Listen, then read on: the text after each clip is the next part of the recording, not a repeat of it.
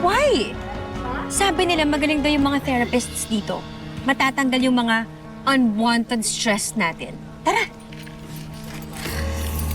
Hindi, ito muna ako. Saan ka pupunta? Ang susunod na programa ay rated PG. Ito ay nangangailangan ng patnubay at gabay ng magulang para sa mga batang manonood. Patindi na po ng patindi ang mga eksena maging ang kaganapan na ating pagkatutukan at ating nga rin namang pagkasubaybayan dito lang sa ating pinagkakabangal at pinagkatutukan tuwing hapon na Mami Dearest. Simula pa lang din naman kasi ito na ito nga rin naman kasing si Flor.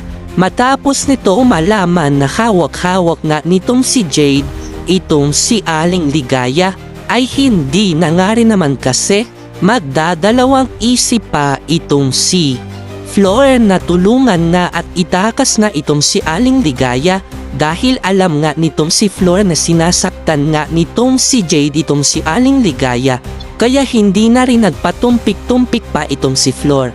At nang makalabas na itong si Jade, agad-agad na rin naman niyang hilapitan itong si Aling Ligaya at sasabihin nga nitong si Flor kay Aling Ligaya na, "Ililigtas po kita, Aling Ligaya.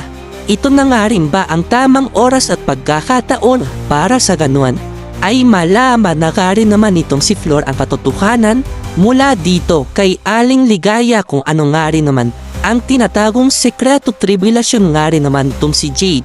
At dito tuluyan nga rin ba silang makakatakas at makakawala sa mga kamay nga nitong si Jade. Yan nga rin ating pagkatutukan at pagkakaabungal.